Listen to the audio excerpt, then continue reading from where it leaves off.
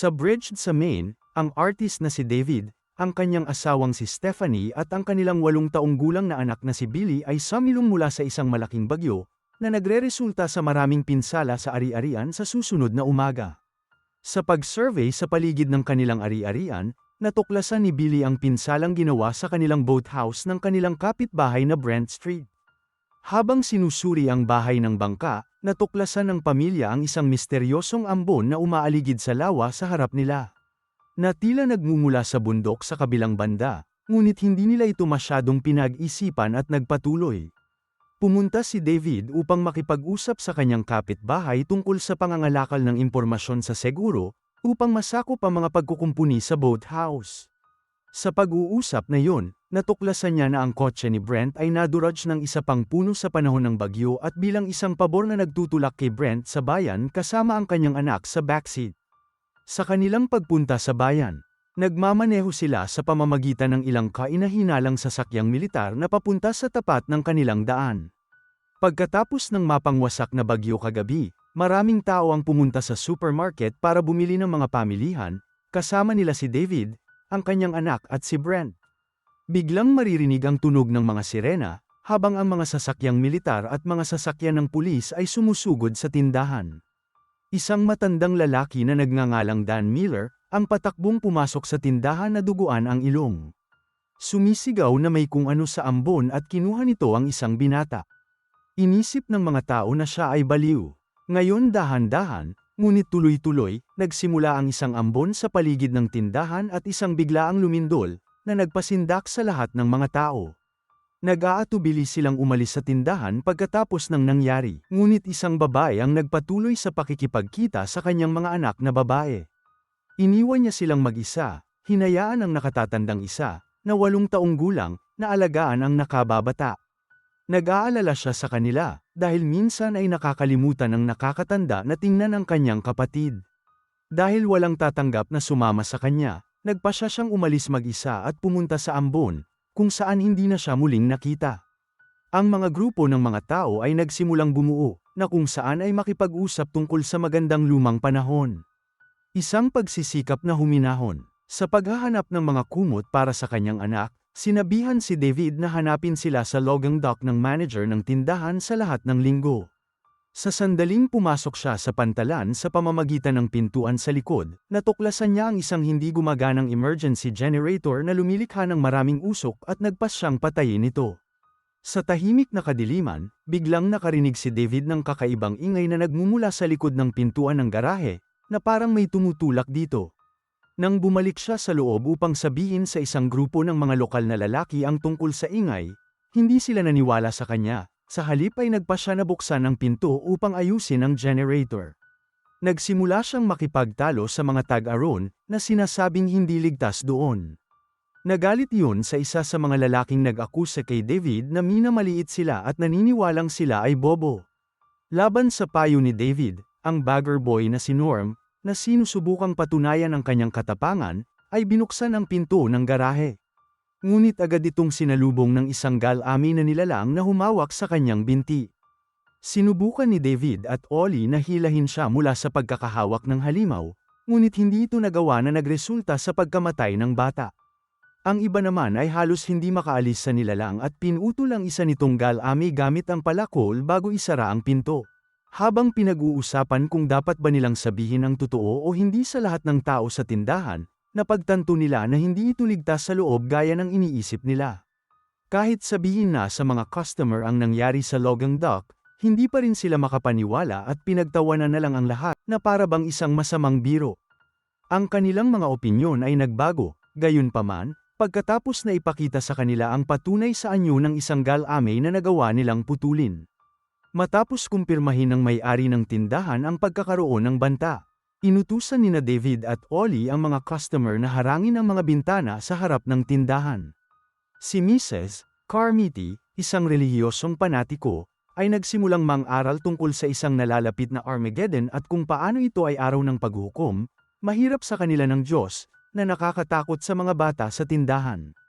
Inis sa kanyang pagmamataas, humakbang si Amanda Dunfrey, isang guro, at sinampal si Mrs. Carmody para pigilan siya sa pagsasalita ng kalokohan.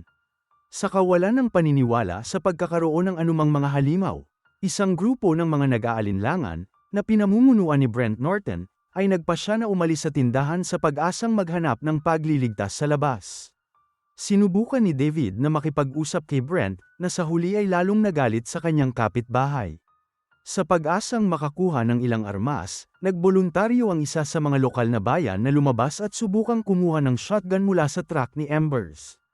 Upang malaman kung hanggang saan siya aabot, nagpasya silang magtali ng lubid sa kanyang baywang.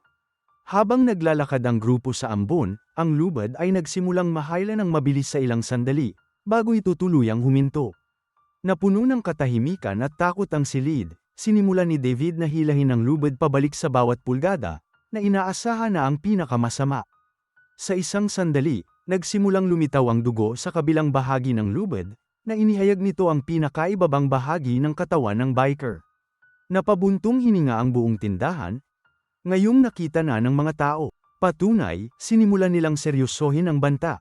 Bilang paghahanda para sa gabi, ang ilang mga tao ay naglalagay ng mga ilaw sa buong tindahan, na naniniwala na ang mga ilaw ay maaaring takutin ang mga hayop. Nakalulungkot, ang trick na yon ay nauuwi lamang sa pag-akit sa mga kitakot-takot na napakalaking lumilipad na insekto. Sapat na beses na humahampas sa salamin, nagawa nilang basagin ang salamin at siksikan ang tindahan. Ang lahat ay nagsimulang magpanik at tumakbo mula sa mga nilalang, ngunit ang ilan sa kanila ay ginawa ito ng walang kabuluhan. Ang isa sa mga parang putakti na nilalang ay direktang lumipad sa tindahan ng clerk na si Sally, tinutusok siya sa kanyang leeg. Sa sumunod na takot, 2 tao ang napatay ng mga insekto at ang isa ay sinunog hanggang sa mamatay sa pagtatangkang sunugin ang mga nilalang. Ang pagkamatay ni Sally ay nag-iwan sa isang partikular na lalaki na nagdadalamhati, si Jessop, na inamin lang ang kanyang nararamdaman para sa kanya ilang minuto ang nakalipas. Perpektong inilarawan ni Mrs. Carmody ang isang eksena mula sa Biblia na ginagaya ang eksaktong pangyayaring ito at sa kaguluhan ay mahimalang iniligtas mula sa isang insekto, na humahantong sa kanya upang mas marubdob na mag-proselytize at makakuha ng mga tagasunod sa mga nakaligtas. Samantala, iniligtas ng manager ng tindahan na si Ollie ang buhay ni Billy sa pamamagitan ng pagbaril sa mga insekto bago ito umatake sa kanya. Kinaumagahan, isang maliit na grupo, na pinamumunuan ni David ang pumunta sa kalapit na parmasya upang maghanap ng mga supply na medikal at ilang iba pang nakaligtas, na maaaring humingi ng kanlungan doon. Sinubukan ni Amanda at ng iba pa na kumbinsihin siya sa panganib na dulot ng ideyang ito, at na maaari niyang iwan ang kanyang anak na ulila, ngunit naniniwala siyang sapat itong ligtas upang makapunta sa parmasya, na nagpapaalala sa kanila kung gaano kalayo ang narating ng biker bago siya aktwal na pinatay. Maging si Mrs. Carmody ay pinayuhan sila laban sa pag-alis, na nagmonolog ng kanyang relihiyosong pahayag, kapag siya ay nataman ng isang lata sa ulo. Ito pala ay ibinato ng isang dating guro na si Irene Repler, na nagsabi sa kanya na itikom ang kanyang bibig. Dumaan sa ambon, mabilis talaga silang nakarating sa Batika. Dahil tahimik sa loob, pinaniniwalaan nilang ligtas sila. Gayunpaman, sa loob ng Batika, natuklasan nila ang pugad ng mga higanteng gagamba kasama ang isang patay na grupo ng mga tao na pinamumunuan ni Brent. Ang kanilang mga katawan ay ginamit bilang hatching ground para sa 1,000,000 bagong spider. Inatake sila ng mga higanteng gagamba na pumatay ng 2 lalaki gamit ang kanilang nasusunog na web sa balat at nasugatan ang kanilang biktima. Sa pagtatangkang umatras, sinalubong si Dan ng isa pang gagamba sa harap ng exit door, na brutal niyang sinaksak gamit lamang ang isang stake. Sa kabutihang palad, ang iba pang grupo ay nakabalik sa kaligtasan sa loob ng tindahan. Ginamit ni Mrs. Carmody, na sumalungat sa ekspedisyon, ang kabiguan na ito upang madagdagan ang kanyang impluwensya, sa pamamagitan ng pagbibigay ng proteksyon mula sa banal na puot sa mga bagong convert. Maraming mananampalataya ang magsisimulang bumuo ng mga bilog ng panalangin. Tinatanggap ang lahat ng mga bagong sumapi. Naalala ni David ang hindi pangkaraniwang huling mga salita ng namatay na sundalo sa parmasya, na ikinalulungkot ko, na humantong sa kanya upang maniwala na ang militar ay may kinalaman sa sakuna na ito. Sa paghahanap sa iba pang mga sundalo na nakakulong sa tindahan kasama nila, nalaman nilang 2 sa kanila ang nagpakamatay, marahil dahil sa pagkakasala na kanilang nadama. Nang harapin, ang ikatlong sundalo, si Jessop, ay nagsiwalat na ang isang proyekto ng pamahalaan upang matuklasan ang iba pang mga dimensyon ay isinasagawa sa base, at na ang mga siyentipiko ay maaaring nagbukas ng isang pintuan patungo sa isang dimensyon na naglalaman ng mga nilalang na sumalakay sa bayan. Sa galit na malaman ang mga balitang ito, sinaksak ng mga tagasunod ni Mrs. Carmody si Jessup at inalok siya bilang sakripisyo. Pinaalis nila siya sa supermarket, kung saan siya ay agad na nilamon ng isang higanteng nagdadasal na mantis na parang nilalang.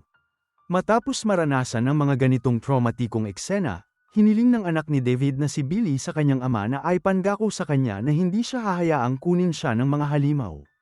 Kinaumagahan, si David at ang kanyang grupo ay naghanda na umalis sa tindahan upang humingi ng kanlungan mula sa baliw na pinsan na nabuo sa tindahan.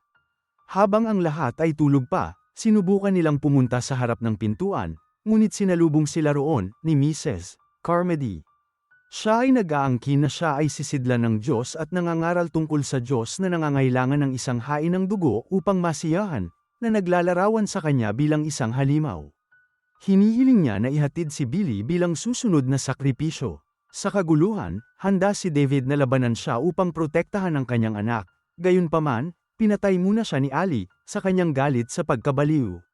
Ipinagpapatuloy niya ang pagbabanta sa kanyang mga natroma na tagasunod na tumayo, kaya pinapayagan ang grupo na makatakas.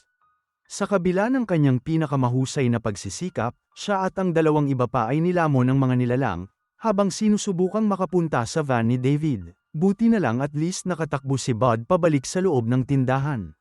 Tanging sina David, Billy, Amanda, Dan at Irene lang ang nakaabot sa sasakyan ni David sa wakas. Sa pagsisikap na kunin ang pistol ni Amanda mula sa hood ng kotse, halos hindi nakatakas si David sa pag-atake ng isang halimaw, ngunit nakuha niya ang pistol, na pinaniniwalaan niyang magagamit. Nagmaneho sila patungo sa bahay ni David sa gitna ng ambon, kung saan natagpuan niya ang kanyang asawang si Stephanie na patay na at nakabitin sa mga sapot. Nawasak sa kanyang nakita, nagpasya siyang itaboy silang lahat sa bayan. Sa daan, dumaan sila sa ilang abandonadong sasakyan sa highway at nakasalubong nila ang isang napakalaking 6 na paa na hayop. Pagkatapos ng ilang oras na pagmamaneho, hindi maiiwasang maubusan sila ng gasolina. Nang walang paraan para makatakas sa ambon at nakakatakot na ingay na papalapit sa kanilang sasakyan, inilabas ni David ang pistola ni Amanda, na nagmumungkahi sa hitsura ng kanyang mukha, na dapat silang magpakamatay. Sa halip na mamatay sa isang kakilakilabot na kamatayan, habang binibilang niya ang mga bala na natitira, napagtanto niyang kulang na ito ng isang bala. Nagpasya siyang iligtas ang lahat ng sakit at ang manatiling buhay at papatayin sila. Bago munang barilin ang kanyang anak, nagising si Billy na may pistol sa kanyang ulo at isang putok ang pinaputok. Natupad na ang hiling niya na hindi madala ng mga halimaw, for better or for worse. Si David ay nagpatuloy upang barilin ang iba pang 3 nakaligtas gamit ang mga natitirang bala bago umalis sa kotse. Sumisigaw sa sakit na dadalhin ng mga nilalang. Habang naghihintay doon, ang lahat ng isang biglaang, ang ambon ay nagsimulang maglaho, na nagpapakita ng taliban ng isang nakabaluti na haligi ng US Army na nasa proseso ng pagpuksa sa mga nilalang sa pagpapanumbalik ng kaayusan. Sa isa sa mga truck, nakita niya ang mga tao sa tindahan na nailigtas pagkatapos nilang umalis, kasama ang babaeng umalis upang makita ang kanyang mga anak. Sa sandaling yun napagtanto ni David na pinatay niya ang kanyang anak at ang iba pang mga nakaligtas ng walang kabuluhan at patuloy na sumisigaw ng matinding paghihirap. Tiyaking mag-subscribe at i-on ang mga notification para makapanood ka ng higit pang mga video na tulad nito. Salamat sa panunood.